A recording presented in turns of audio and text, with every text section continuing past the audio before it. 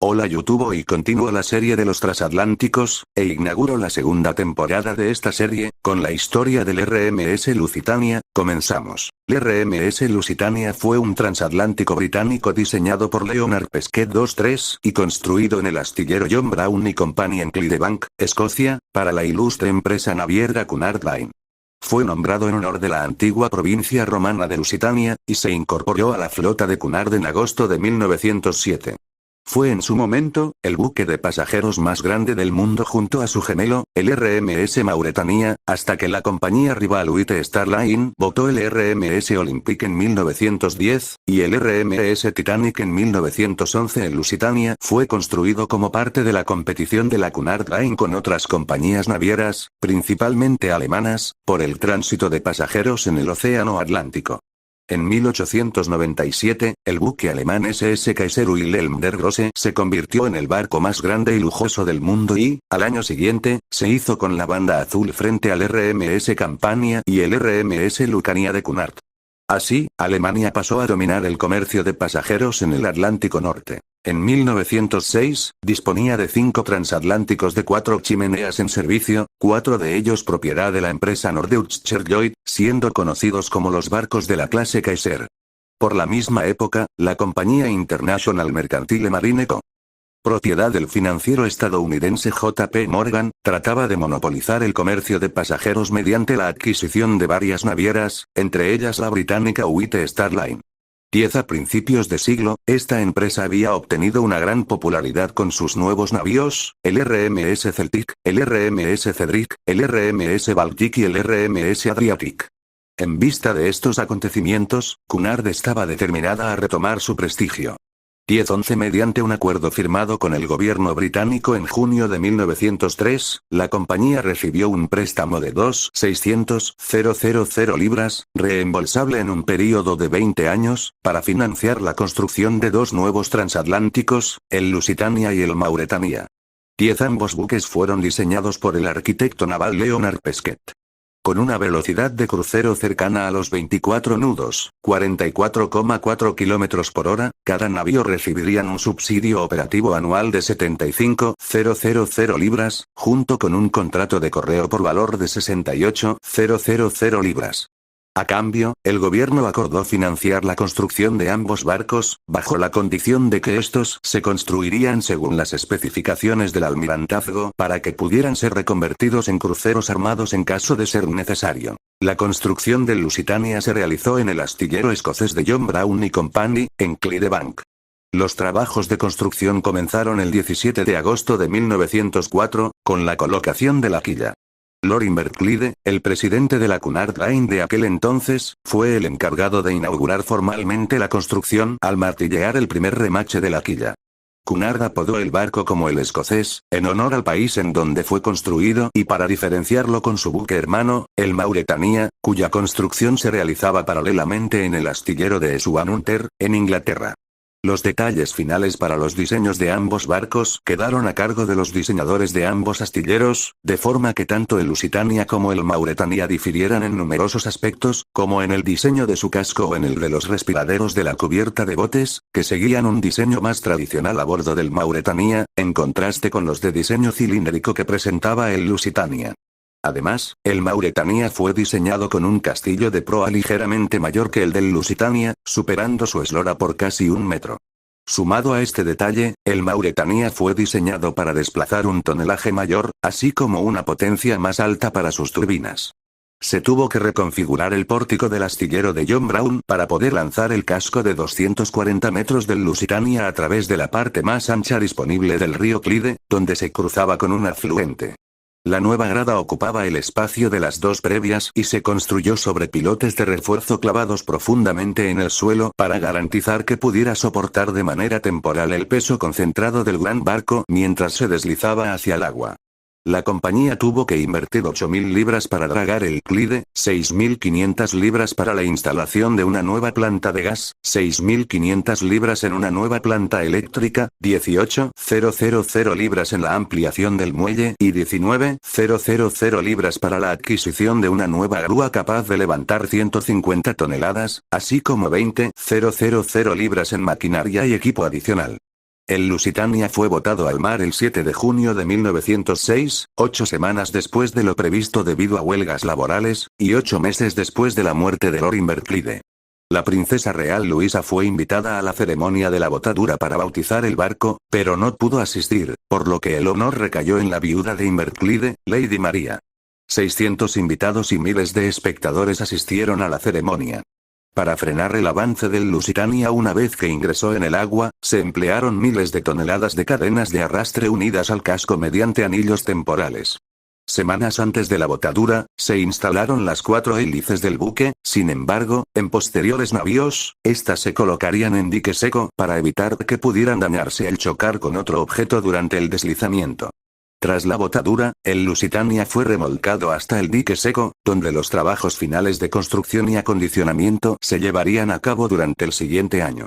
Las pruebas de mar se llevaron a cabo en julio de 1907, organizándose un crucero preliminar el día 27 con representantes de la Cunard Line, el Almirantazgo, la Cámara de Comercio y del astillero John Brown a bordo del barco.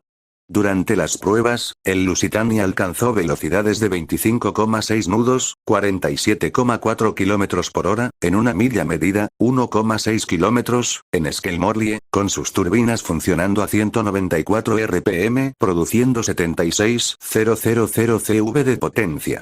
El barco viajó 4 veces entre el faro de Corsewall, frente a Escocia y el faro Longseas, frente a Cornualles, a 23 y 25 nudos.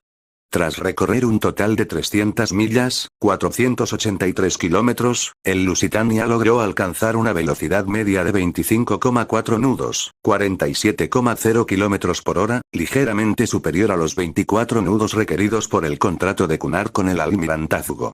El barco podría detenerse en 4 minutos en 34 de milla, comenzando con una velocidad de 23 nudos a 166 RPM y luego navegando aplicando la marcha atrás completa.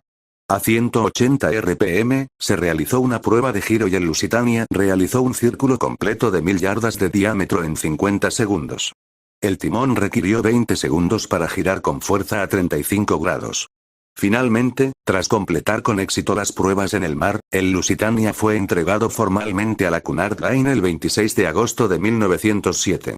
La Cunard Line estableció un comité para decidir el diseño de los nuevos transatlánticos, del cual James Bain, superintendente de marina de la compañía, era presidente. Otros miembros incluyeron al contraalmirante H.J. Oram, quien había estado involucrado en el diseño de buques propulsados por turbinas de vapor para la Marina Real, y Charles Parsons, cuya compañía, Parsons Marine, era productora de motores de turbina. Parsons sostuvo que podía diseñar motores capaces de mantener una velocidad de 25 nudos, 46,3 km por hora, lo que requeriría 68,000 caballos de vapor, 50,014 kW, en el eje. Los conjuntos de las turbinas más grandes construidos hasta el momento habían sido de 23,000 caballos, 16,917 kW, para los acorazados de la clase Dreadnought, y 41,000 caballos, 30,156 kW, para los cruceros de batalla de la clase Invincible, lo que significaba que los motores serían de un nuevo diseño nunca probado anteriormente. Las turbinas ofrecían las ventajas de generar menos vibraciones que los motores alternativos y una mayor fiabilidad en el funcionamiento a altas velocidades, combinado con un menor consumo de combustible. Se acordó que se harían pruebas instalando turbinas en el transatlántico RMS Carmania, que ya estaba en construcción. Los resultados fueron positivos. Con las mejoras esperadas en la comodidad de los pasajeros y la economía operativa, se obtuvo un navío que era 1,5 nudos, 2,8 km por hora, más rápido que su buque hermano, el Caronia, que contaba con un sistema de propulsión convencional. El Lusitania fue diseñado por el arquitecto naval Leonard Pesquet, y bautizado en honor a la antigua provincia romana del mismo nombre, situada al oeste de la península ibérica, en la región que abarca el actual sur de Portugal y la provincia española de Extremadura. Pesquet había diseñado un modelo del barco propuesto en 1902, que mostraba un buque de 3 chimeneas. Posteriormente, en 1904 se añadió una cuarta chimenea, ya que el arquitecto concluyó de que era necesaria para ventilar los gases expulsados de las calderas adicionales instaladas. Los planos originales mostraban un buque propulsado por 3 hélices, pero el número fue incrementado a 4 porque se consideró que la potencia necesaria no se podía transmitir a través de solo 3 hélices.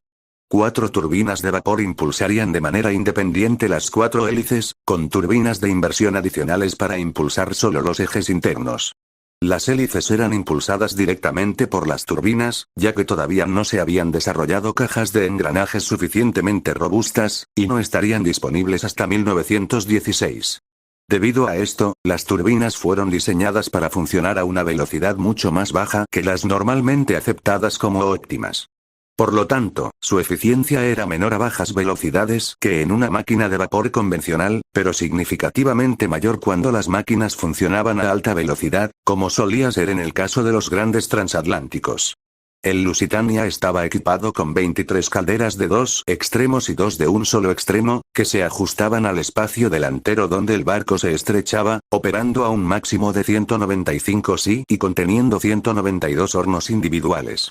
El contrato del almirantazgo requería que toda la maquinaria estuviera por debajo de la línea de flotación, donde se consideraba que estaba mejor protegida contra los disparos, y el tercio de popa del barco debajo del agua se empleó para albergar las turbinas, los motores de dirección y 4 motores de 375 kilovatios, 503 HP, 510 CV.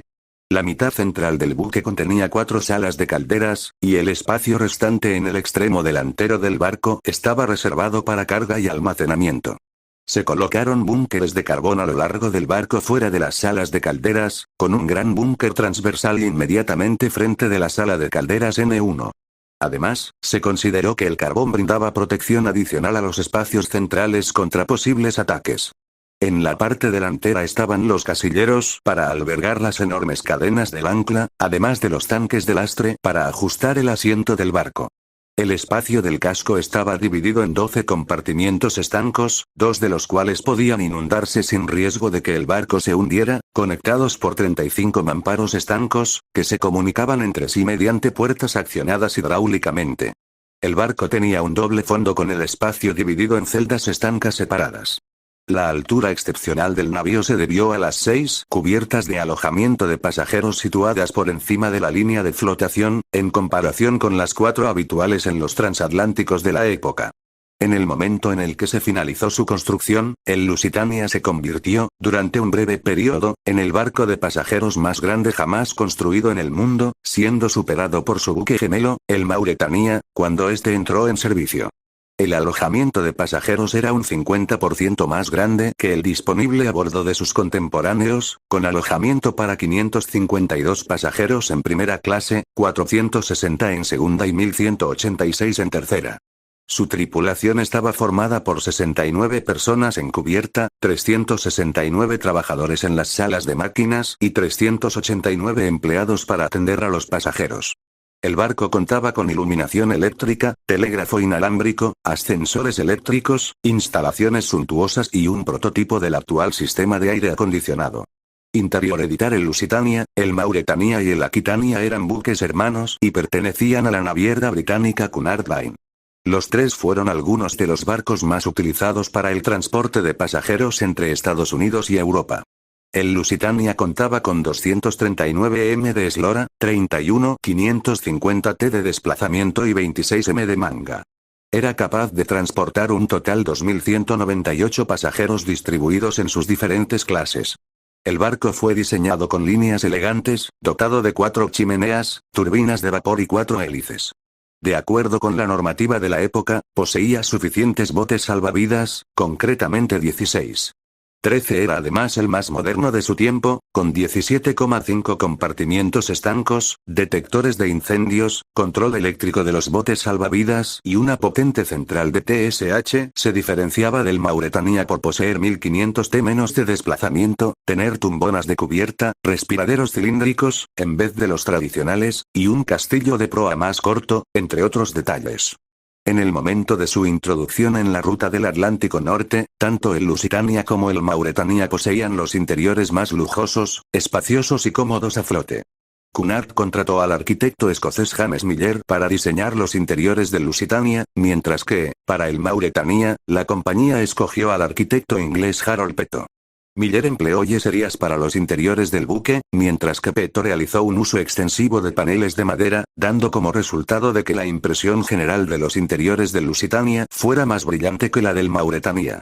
Fue gracias a este éxito que permitió a Lusitania servir como inspiración para la compañía rival de Cunard, la White Star Line, para diseñar los lujosos interiores de sus nuevos buques, el Olympic, el Titanic y el Britannic.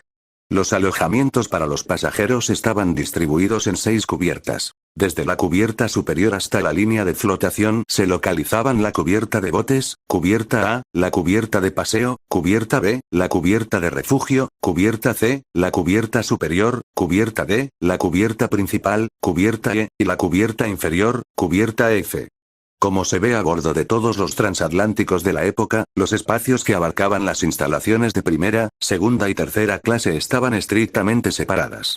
La mayor parte de los elementos decorativos del Lusitania habían sido diseñados y fabricados por el Gremio de Artes Aplicadas de Bromsgrove, y parte del mobiliario del barco fue suministrado por la destacada firma inglesa Waring Hillow. Las estancias de primera clase se encontraban en la sección central del transatlántico, distribuidas entre las 5 cubiertas superiores, la mayoría concentradas entre las chimeneas. De manera similar a lo presente a bordo de los principales barcos del momento, los interiores de primera clase del Lusitania estaban decorados con una mezcla de estilos históricos. El comedor era el más suntuoso de los salones públicos que se encontraban en el barco. Estaba construido sobre 2 cubiertas con un pozo circular abierto en su centro y coronado por una elaborada cúpula de 8,8 metros, 29 pies, decorada con frescos al estilo de Francois Boucher, fue elegantemente realizado al estilo Luis XVI. La planta inferior, que medía 26 metros, tenía capacidad para acomodar a 323 comensales, con otros 147 que podía acomodar en la planta superior, que medía 20 metros. Las paredes estaban decoradas con paneles de caoba tallada en color blanco y dorado, con numerosas columnas corintias, requeridas para sostener la planta superior. El resto de estancias públicas de primera clase se encontraban en la cubierta de botes y constaban de un salón general, una biblioteca, una sala de lectura, una sala de fumadores y una cafetería veranda con terraza. Esta última fue una innovación nunca antes vista a bordo de un barco de la Cunard y, en los días en los que las condiciones meteorológicas eran favorables, se podía abrir uno de los lados de la cafetería para dar la impresión a los pasajeros de encontrarse merendando al aire libre. Esta característica fue poco empleada debido a las inclemencias climáticas del Atlántico Norte. El salón general estaba decorado en estilo georgiano, con paneles de caoba con incrustaciones que rodeaban una alfombra de color verde jade con un patrón floral amarillo, que medía un total de 21 metros. El techo incluía un tragaluz abovedado que se elevaba 6,1 metros, adornado con vidrieras que representaban los meses del año. En cada extremo del salón, se encontraba instalada una chimenea de mármol verde de 4,3 metros de altura que incorporaba paneles esmaltados de Alexander Fisher. La biblioteca contaba con unas paredes decoradas con pilastras talladas y molduras que marcaban los paneles de brocado de seda gris y crema. La habitación estaba decorada con una alfombra rosada, cortinas y tapicería de seda al estilo Rose du Barry. Las sillas y los escritorios eran de caoba y las ventanas presentaban vidrio grabado. La sala de fumadores estaba adornada en el estilo Reina Ana, con paneles de nogal y muebles de madera roja al estilo italiano. La escalinata de primera clase, del mismo modo que la famosa escalera del Titanic, comunicaba las 6 cubiertas donde se localizaban los alojamientos de los pasajeros. En cada nivel, la escalera contaba con amplios pasillos y 2 ascensores. Los camarotes de primera clase podían constar desde una habitación compartida, hasta varias habitaciones privadas con baño decoradas en una selección diversa de estilos decorativos que comprendían las 2 majestuosas suites, cada una con 2 dormitorios, comedor, salón y baño, con una decoración inspirada en el pequeño Trianon de Versalles. Las instalaciones segunda clase se limitaban hacia la popa, detrás del mástil, donde se localizaban los camarotes con capacidad para alojar a un total de 460 pasajeros. Las salas públicas estaban situadas en secciones divididas de las cubiertas de botes y de paseo.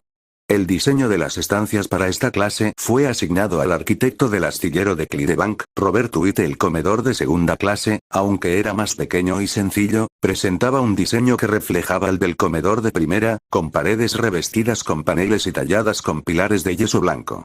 Al igual que sucedía en primera clase, el comedor estaba situado en la cubierta del salón.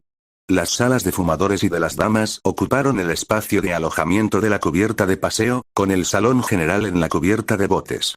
La Cunard Line nunca había proporcionado previamente un salón general para los pasajeros de segunda clase. El salón, que medía 13 metros, estaba equipado con mesas, sillas y sofás de madera de caoba, colocados sobre una alfombra de estampado rosa. La sala de fumadores tenía 16 metros, y estaba revestida con paneles de caoba, un techo y una cúpula de yeso blanco. Una de las paredes estaba decorada con un mosaico que representaba la escena de un río en Bretaña, mientras que las ventanas correderas del salón estaban tintadas en color azul. Los alojamientos de segunda clase constaban de cómodos camarotes compartidos, que incorporaban de 2 a 4 literas, dispuestos en las cubiertas C, D y E, conocida por ser la principal fuente de ingresos para las compañías navieras a finales del siglo X y a principios del XX. La tercera clase experimentó, con la introducción de transatlánticos como el Lusitania, una gran mejora en las condiciones de viaje que las instalaciones ofrecían a los pasajeros. La zona de tercera clase del Lusitania gozó de bastante popularidad por parte de los pasajeros emigrantes, quienes optaban por viajar en este buque debido a que sus alojamientos proporcionaban una mayor comodidad respecto a otros transatlánticos de la época, en donde el alojamiento en tercera clase constaba de grandes espacios abiertos en los que cientos de personas compartían habitación y áreas públicas construidas de manera apresurada y, a menudo, compuestas por no más de una pequeña porción de espacio abierto en cubierta y algunas mesas instaladas dentro de los camarotes. En un intento de romper ese estándar, empresas navieras como la Cunard Line, así como otras reconocidas compañías como la británica White Star Line, o la alemana Hamburg America Line, comenzaron a diseñar barcos con instalaciones de tercera clase más cómodas y salubres, como en el caso del Lusitania, el Olympique o el Imperator. Como en todos los buques de Cunard, el alojamiento de tercera clase a bordo del Lusitania se ubicaba en el extremo delantero del barco, situado entre las cubiertas C, D, E y F, y en comparación con otros barcos de la época, las estancias eran más cómodas y espaciosas. El comedor de 24 metros estaba ubicado en la sección de proa del barco, en la cubierta del salón. Estaba decorado con paneles de pino pulido, al igual que las otras dos salas públicas, la sala de fumadores y el salón de estar para las mujeres. Estas dos últimas se localizaban en la cubierta C del barco. Cuando el Lusitania realizaba travesías en las que se alcanzaba la capacidad en tercera clase, la sala de estar de las mujeres y el salón de fumadores podían reconvertirse fácilmente en un gran comedor para proporcionar una mayor comodidad a los comensales. Los pasajeros comían en mesas largas con sillas giratorias y las comidas se servían en 2 sesiones. Se proporcionó un piano para el uso y disfrute de los pasajeros. Una de las características de las instalaciones de Lusitania que más atraían a los inmigrantes y a los viajeros de las clases más bajas fue que, en lugar de encontrarse confinados en dormitorios abiertos con literas, a bordo del barco había diferentes cabinas con capacidad para 2, 4, 6 u 8 literas. En 1907 la White Star Line, principal rival británica de la Cunard Line, había ordenado la construcción de 3 nuevos grandes transatlánticos con el fin de competir en tamaño y lujo contra el Lusitania y su barco gemelo, el Mauretania. Estos buques, conocidos como la clase Olympique, poseían 30 metros más de eslora que los barcos de la Cunard. Y con 15,000 toneladas más, los dos primeros buques de la White Star, el RMS Olympique y el RMS Titanic, habían superado al Lusitania y al Mauretania como los barcos de pasajeros más grandes jamás construidos. Aunque eran significativamente más rápidos que los barcos de la clase Olympique, la velocidad de los navíos de Cunard no era suficiente para permitir que la empresa realizara un servicio transoceánico semanal con solo 2 buques zarpando desde ambos lados del Atlántico. La empresa requería de una tercera embarcación para garantizar un servicio semanal rotatorio y, en respuesta al plan anunciado por la White Star para construir la clase Olympique, ordenó la construcción de un tercer transatlántico, el RMS Aquitania. Al igual que los nuevos barcos de la White Star, el Aquitania era más lento que el Lusitania y el Mauretania, pero era más lujoso y de mayor tamaño. Los buques de la White Star, al ser de un tamaño superior, ofrecían más comodidades que el Lusitania y el Mauretania y, en contraste con estos últimos, ofrecían piscina, baños turcos y eléctricos, gimnasio, cancha de squash, grandes salas de recepción, restaurantes independientes y un número mucho mayor de camarotes con baño privado. Las fuertes vibraciones producidas por las turbinas de vapor afectarían la estructura del Lusitania durante toda su carrera. Cuando el barco navegó a máxima velocidad durante sus pruebas de mar, las vibraciones resultantes fueron tan severas que varios de los camarotes de segunda y tercera clase corrieron el peligro de quedar inhabilitados. En contraste, los barcos de la clase Olympic utilizaban dos motores alternativos tradicionales y una única turbina para la hélice central, lo que redujo considerablemente la vibración a bordo de estos buques. Debido a su mayor tonelaje y manga más ancha, el Olympic y el Titanic poseían una mayor estabilidad en el mar. El Lusitania tenía una proa de roda recta, a diferencia de los buques de la White Star, que contaban con proas en ángulo que permitían sumergirse a través de una ola en lugar de coronarla. Esto causaría, como consecuencia imprevista, que el Lusitania se escorara alarmantemente, permitiendo que enormes olas salpicaran la proa y la parte delantera de la superestructura del barco, lo que se convertiría en un factor importante en los daños que sufrió en el puente en enero de 1910, tras ser embestido por una ola gigante. Los barcos de la clase Olympic también se diferenciaban del Lusitania y el Mauretania en la forma en la que estaban compartimentados por debajo de la línea de flotación. Los buques de la White Star estaban divididos por mamparos transversales, mientras que el Lusitania, además de contar con mamparos transversales, también incluía mamparos longitudinales a lo largo del barco en cada lado, entre las salas de máquinas y los búnkeres de carbón. La comisión británica que, en 1912, había investigado el hundimiento del Titanic, escuchó testimonios sobre la inundación de los búnkeres de carbón que se encontraban fuera de los mamparos longitudinales. Al ser de considerable eslora, en caso de inundación, podían aumentar la escora del barco y hacer impracticable el arriado de los botes salvavidas en el otro lado. Esto finalmente sucedió en 1915 cuando el Lusitania fue torpedeado. La estabilidad del buque era insuficiente para la disposición de sus mamparos. La inundación de 3 de los depósitos de carbón en un lado podría resultar en una altura metacéntrica negativa. En cambio, la estabilidad de la clase Olympic fue diseñada tal modo que había muy poco riesgo de inundaciones desiguales y de vuelco. Esto es evidente en el caso del Titanic, que se hundió con solo unos pocos grados de escora gracias a su buena estabilidad. Del mismo modo que ocurría a bordo de los transatlánticos de la época, en el momento de su viaje inaugural, el Lusitania no llevaba suficientes botes salvavidas para todos sus pasajeros, oficiales y tripulación a bordo, puesto que se creía que, en caso de siniestro, la ayuda siempre estaría cerca y los pocos botes disponibles serían suficientes para evacuar a todos. Después de la catástrofe del Titanic, el Lusitania y el Mauretania fueron equipados con 6 botes de madera adicionales, lo que aumentó el número total de 16 a 22 botes salvavidas aparejados en los pescantes.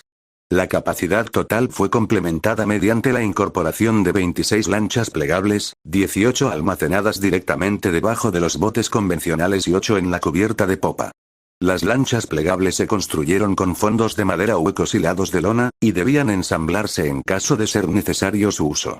Esto contrasta con las medidas tomadas por la White Star respecto a los 2 barcos gemelos del Titanic, el Olympic y el Britannic, que recibieron una dotación completa de botes salvavidas, todos aparejados bajo pescantes. Esta diferencia habría contribuido en gran medida a la gran pérdida de vidas durante el naufragio del Lusitania, ya que no hubo tiempo suficiente para armar las balsas plegables debido a la rapidez del hundimiento.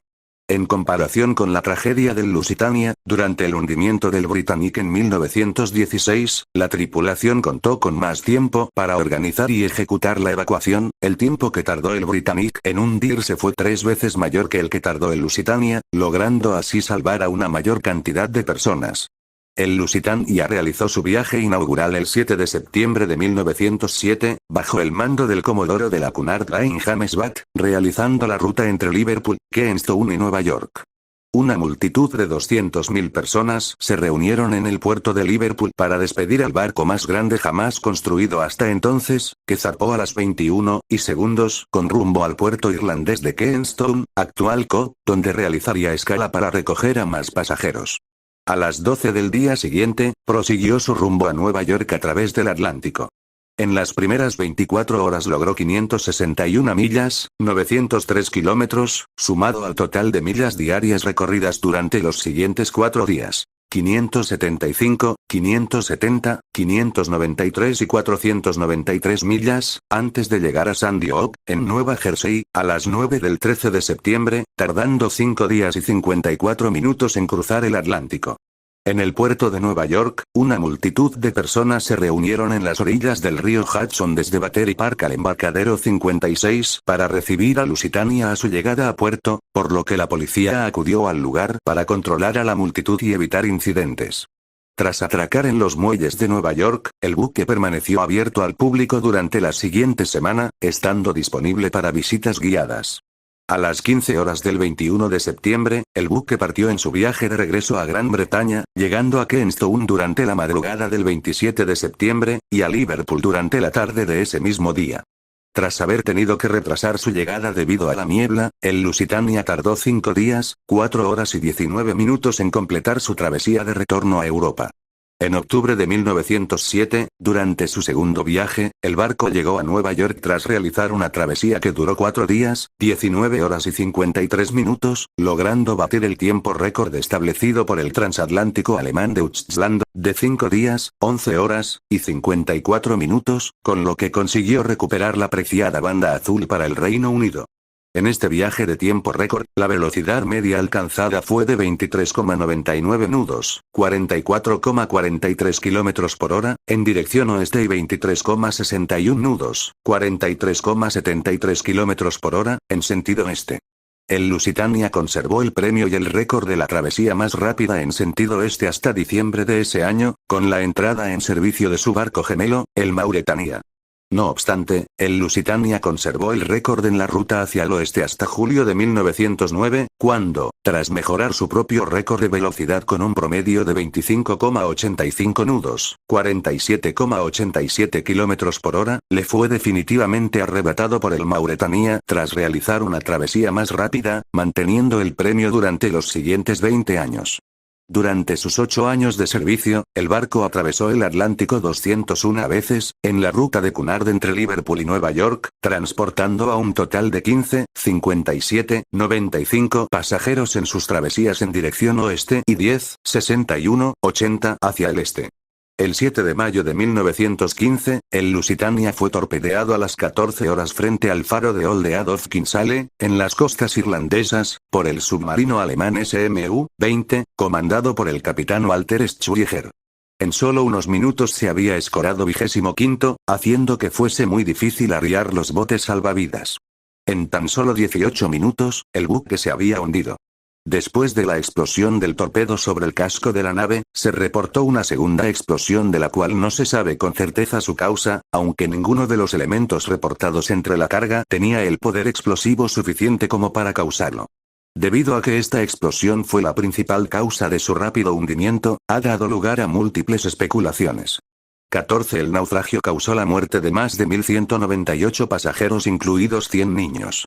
Sobrevivieron 761 personas. La muerte de 128 ciudadanos estadounidenses fue probablemente una de las causas de la entrada de Estados Unidos en la Primera Guerra Mundial 2 años más tarde. 15. El dueño legal del pecio, Greg Bemis, financió en 2011 una expedición submarina cuyo principal fin era determinar las causas reales del hundimiento. Para ello contrató al Lawrence Livermore National Laboratory, 14 que hizo un estudio previo que incluyó información satelital de posicionamiento global, datos multibeam e imágenes de sonar de barrido lateral. La expedición se llevó a cabo en agosto y fue monitoreada por el Servicio Naval Irlandés. 16. La expedición encontró cientos de cartuchos de calibre 303, pero ninguna evidencia de munición de artillería o explosivos. El análisis detallado de la información obtenida y el empleo de modelos informatizados llevaron a los técnicos del Lawrence Livermore National Laboratory a concluir que lo más probable es que la segunda explosión se haya debido al estallido de una caldera tras tomar contacto con el agua fría del océano. 14. Tras el hundimiento, la Liverpool War Risk Insurance Association, una organización perteneciente al gobierno británico, compró los derechos sobre el pecio tras pagar la suma correspondiente al seguro del buque. Aunque la misma nunca realizó alguna inmersión ni intento de recuperación. 17. El pecio de Lusitania se encuentra a 11,5 millas náuticas de Kinsale, a 93 metros de profundidad, recostado sobre el lado de estribor. Aunque la proa aún es reconocible, el barco está casi totalmente achaflanado sobre sí mismo y su superestructura está derrumbada en el fondo marino. Tiene varias redes de pesca enredadas en su estructura y a su alrededor hay cargas de profundidad sin detonar. 16. En 1967, la Liverpool War Risk Insurance Association vendió los derechos de inmersión y rescate en una subasta silenciosa. El mismo lo compró un buzo de la Marina de Estados Unidos llamado John Light. Light se había sumergido, por su propia cuenta y con un equipo de buceo básico, en el sitio del naufragio 42 veces entre 1960 y 1962. Para financiar la expedición, Light se asoció con los empresarios George Macomber y Greg Bemis, pero la empresa colapsó y Light tuvo que ceder los derechos a Macomber y Bemis sin realizar a cabo ninguna inmersión. 17 Sus nuevos dueños no mostraron ningún interés en el pecio hasta que en 1982 Bemis se enteró que, debido a su carga de lingotes de bronce, el mismo estaba tasado en $12 millones. Bien, ya conocías la historia del RMS Lusitania. Te comentaré muy breve, que yo en lo personal, conocía el RMS Lusitania, en la escuela, y llegué a confundirlo un poco con el RMS Titanic, por las 4 chimeneas. Hay un video, que circula en internet, aquí en YouTube, y Facebook, que dice ser el Titanic, hasta el tema My Heart Will Go On, tiene, pero en algunas partes se aprecia otro barco que puede ser el Lusitania, o el Mauretania, incluso el Aquitania, solo en una parte es el Titanic. Bien, y hasta aquí dejo este video, suscríbete, deja tu me gusta, adiós.